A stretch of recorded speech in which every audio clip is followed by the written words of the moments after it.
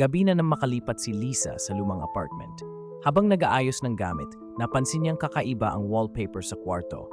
Parang may mga bakas ng kuko na pilit tinatakpan ng pintura at tila may mga anino na gumagalaw sa ilalim nito.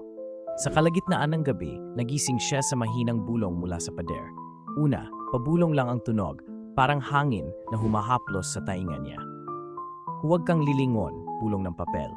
Napatigil siya sa paghinga, pilit tinatakpan ang sarili ng kumot, nanginginig ang mga kamay. Habang tumatagal, lumalakas ang bulong. Buksan mo ang ilaw, utos ng hindi niya makita.